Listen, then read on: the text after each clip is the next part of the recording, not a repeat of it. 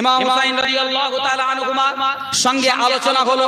ইমাম হুসাইন রাদিয়াল্লাহু তাআলা আনহুমা বললেন আমি বায়াত নিতে পারবো না, কারণ আমি আহলে বায়াত। উনি বায়াত নিলেন না, বাইরে চলে আসেন আলোচনা সভা ছেড়ে বাইরে এসে উনি চিন্তা করলেন মদিনায় থাকাটা আমার পক্ষে আর সমীচীন নয়, ভালো নয়। আল্লাহ রাসূল সাল্লাল্লাহু আলাইহি যেমন মক্কা কাফের মুশরিকদের অত্যাচারের ভয়ে সহ্য না করতে পেরে, বেদনা কষ্ট সহ্য করতে না পেরে মদিনায় হিজরত করে গিয়েছিলেন। আল্লাহ রাসূল পর্দা নেওয়ার পরে তার কলিজার টুকরা আহলে বাইত, তার কলিজার টুকরা নয়নের পত্নী ইমাম হুসাইন এজিদের ওই কুলাঙ্গার দুরাত্মা পাপিষ্ঠর জন্য মদিনা ছেড়ে নানাজানের রওজা মোবারকটা ছেড়ে দিয়ে আবার মক্কায় হিজরত করেছিল। ওই দুরাত্মা ওনার ভয় না, উনি চাননি যে এই মদিনাতে কোনো অশান্তি হোক, উনি চাননি মদিনাতে ফিতনা তৈরি হোক আমার কারণে। ওই জন্য উনি নানাজানের মাজারের পাশে গেলেন, হাবিবের নবীজির মাজারের পাশে যে সমস্ত ঘটনাগুলো বলার পরে উনি চলে আসলেন, রওনা দিলেন পরিবার পরিজন সহ, বাচ্চা কাচ্চা স্ত্রী পরিজন যারা ছিলেন সকলকে নিয়ে। কোথায় আসলেন? মক্কায়, মাকামে ইব্রাহিম, হাতিবে কাবা। এই জায়গায় ইবাদত বন্দেগীতে মগ্ন হয়ে গেলেন। নওজওয়ানেরা আব্বারা সোনার মানিকেরা,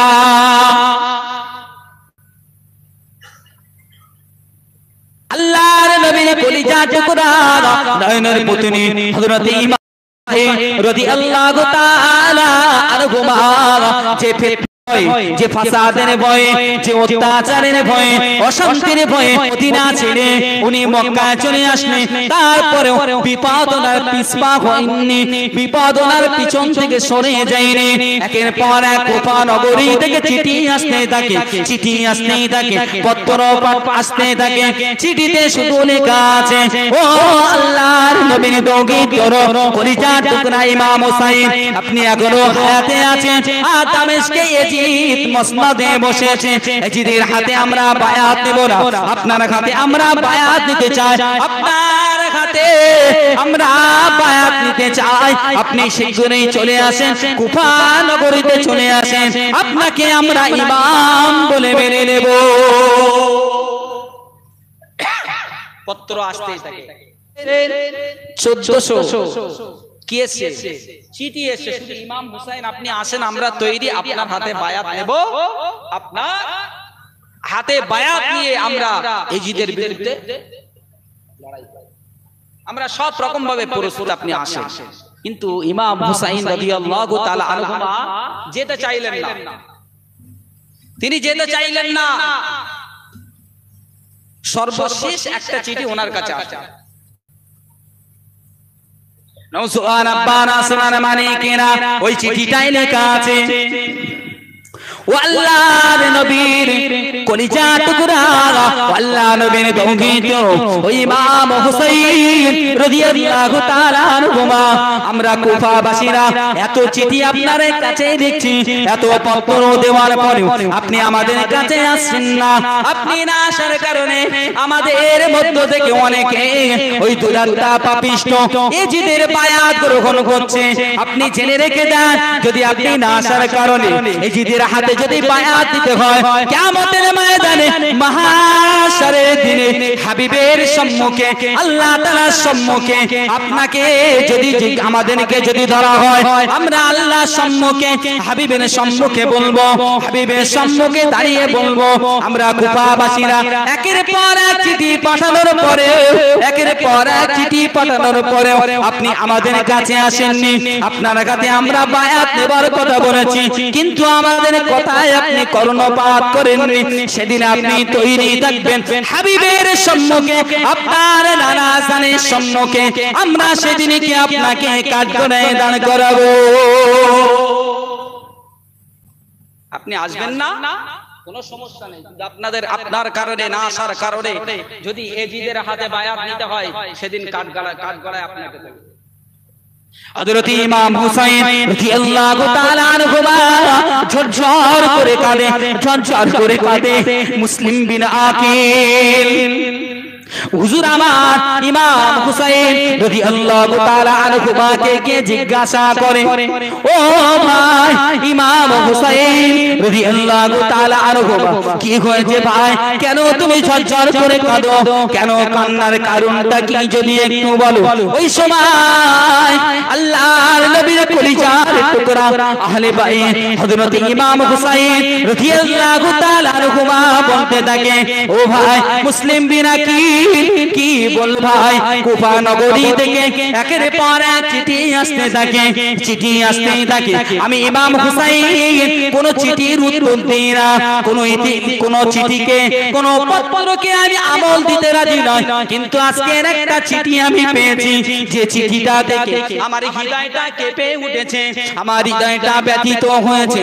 কারণ এই চিঠিতে লেখা আছে, যদি আমার কুফায় না যাবার কারণে কুফা নগরীরা যদি পাপিষ্ঠ এজিদের হাতে বায়াত নাই, তাহলে কিয়ামতের ময়দানে মাহশারের দিনে আমার নানা জানের সম্মুখে আমাকে কাঠগড়ায় তোলা হবে,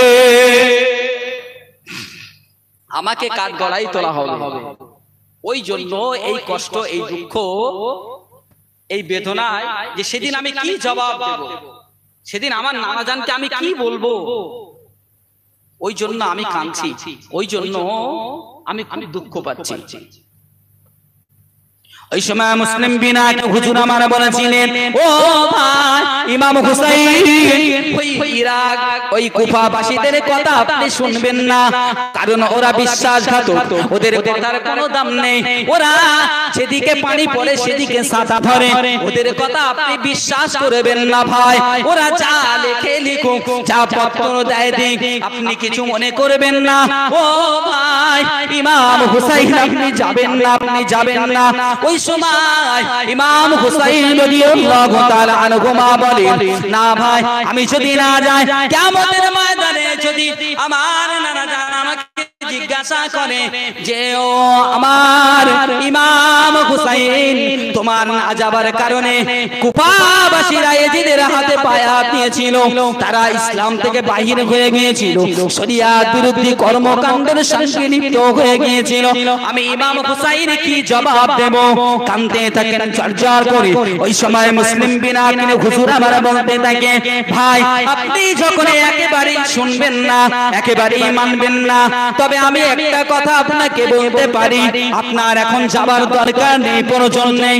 আমি মুসলিম বিন আকিল, আমি মুসলিম বিন আকিল আপনার পক্ষ থেকে সর্বপ্রথম যাব, সর্বপ্রথম গিয়ে আপনার পক্ষ থেকে বায়াত নেব, সেখানকার পরিস্থিতি, সেখানকার খবর আমি সব কিছু জানার পরে, শোনার পরে আমি আপনাকে পত্র পাঠাবো, তারপরে আপনি উপায় গমন করবে। এখন আপনার যাওয়ার কোনো দরকার নেই, এখন যাওয়ার দরকার নেই। আমি মুসলিম বিন আকিল আগে যাই, সেখানকার পরিস্থিতি দেখি, সেখানকার পরিস্থিতি দেখার পরে আমি আপনাকে পত্র লিখবো, তারপরে আপনি যাবেন। মুসলিম বিন আকিল হুজুর আমার যখন এই কথাটা বললেন, তো এই কথাটা ইমাম হুসাইন রাদিয়াল্লাহু তাআলা মাথায় লাগলেন, উনি তখন অনুমতি দিলেন যে ঠিক আছে তুমি যাও, আমার পক্ষ থেকে বায়াত। হযরতে মুসলিম বিন আকিল হুজুর আমার কুফায় চলে গেলেন, একদম শর্টে বলবো কিন্তু কথাগুলো শুনবেন। কুফায় গেলেন, যাবার পরে যদিও আমার পরবর্তী বক্তব্যে একটু টাচ দিয়েছে বলে আমি কিন্তু কারবালার কথা বলেছি, খুব বেশি বলিনি, আমি কিন্তু এজিদ প্রসঙ্গ নিয়ে অন্য কোরআনের আয়াত দিয়েছি, হাদিস বলেছি, তাই তো? একটু খেয়াল করে শুনবেন। মুসলিম বিন আকিল হুজুর গেলেন, উম্মে হানি নামক একজন ব্যক্তি, মহিলা, ওনার ঘরে আশ্রয় নিলেন, গোপনে বায়াত গ্রহণ করাচ্ছেন।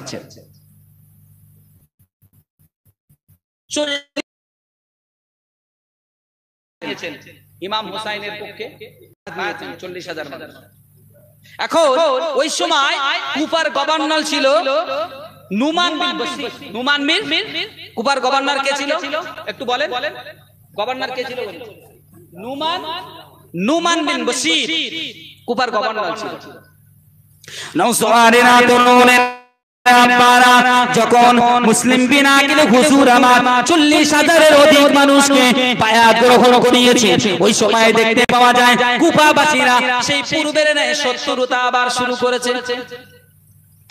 যে কথাটা ইমাম হোসাইন রাদিয়াল্লাহু তাআলা আনহুমাকে বলে গেলেন মুসলিম বিন আকিল হুজুর, ওরা বিশ্বাসঘাতক, এই কথাটা বলেছিল। কারণ ওরা আপনার আব্বাজানকে ডেকে নিয়ে গিয়ে তাকে শহীদ করেছে। আপনার ভাই ইমাম হুসাইনকে এই কুফা নগরীদের কারণে শহীদ হয়েছে। ওদের বিশ্বাস করবেন না ভাই, ওদের বিশ্বাস করবেন না। ওরা বিশ্বাসঘাতক, ওরা বেঈমান, ওরা মানুষের মর্যাদা দেয় না। যখন যেদিকে পানি পড়ে ওরা সেদিকে ছাতা ধরে। ওদের কথা নেবেন না ভাই, অনুরোধ করেছে, কিন্তু ওই চিঠির কারণে যেতে বাধ্য হয়েছে। নওজওয়ানেরা, বারা, তরুণেরা, কুফাবাসীদের মধ্য থেকে একজন ব্যক্তি ইয়াজিদের দরবারে একটা চিঠি পাঠিয়ে দিল, ইয়াজিদের দরবারে একটা পত্র লিখে দিল। ও দামেস্কের গভর্নর, ও দামেস্কের বাদশা, ইয়াজিদ তুমি কি খবর রাখো না? তোমার কাছে কি কোনো খবর নাই? কেননা কুফার জমিনে, কুফা নগরীতে ইমাম হুসাইন রাদিয়াল্লাহু তাআলা আনহুমার পক্ষ থেকে একজন প্রতিনিধি পাঠিয়ে বায়াত নেওয়া হচ্ছে। ইতিপূর্বে 40,000 মানুষ ইমাম হুসাইনের পক্ষে বায়াত নেওয়া হয়ে গেছে। যদি তোমার মনে হয় তোমার রাজত্বটা তুমি ঠিক রাখবে, তোমার রাজত্বটা তুমি ধরে রাখবে, তাহলে শিগগিরই যাও, চলে যাও। তুমি শিগগিরই করে নুমান বিন বশিরকে পদচ্যুত করে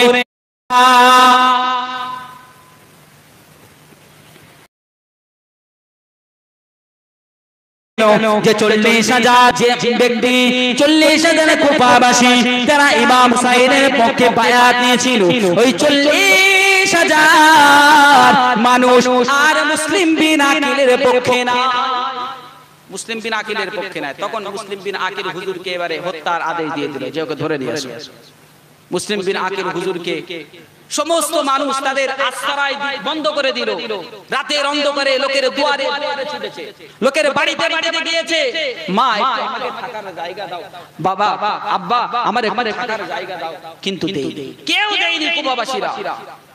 তাম্মি নামক একজন মহিলা ব্যক্তি, তিনি রাত্রে আশ্রয় দিয়েছিলেন, এক গ্লাস পানি পান করিয়েছিলেন। মুসলিম বিন আকিল হুজুরকে ধরে আনতে গেলেন সবাই।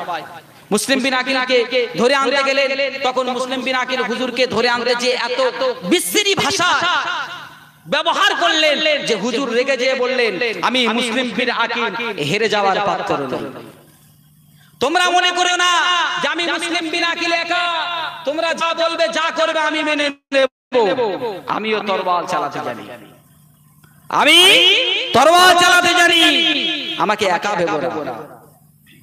এই করতে করতে বাঘ বিতণ্ড হতে হতে এক সময় এক পর্যায়ে দেখা গেল ইবনে জিয়াদের সৈন্যদের মধ্যে থেকে যুদ্ধ লেগে গেল, আর একা মুসলিম বিন আকিল হুজুর যুদ্ধ করতে করতে, লড়াই করতে করতে কয়েকজনকে হত্যা করে ফেললেন মুসলিম বিন আকিল হুজুর। একটা পর্যায়ে ঢাল তলোয়ারটা ভেঙে গেল, তবু উনি যুদ্ধ করতে লাগলেন।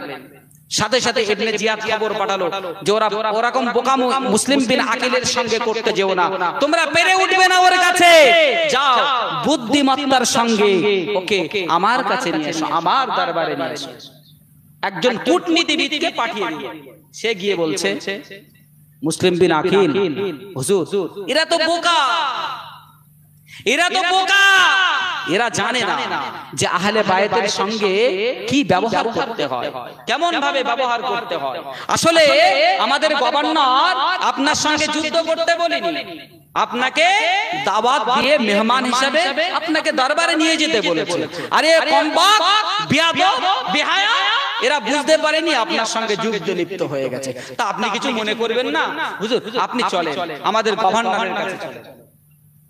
চিন্তা করে কত শান্ত শিষ্ট ভদ্র নম্র ভাষায় কথা বলছে মুসলিম বিন আকিল হুজুরের সঙ্গে।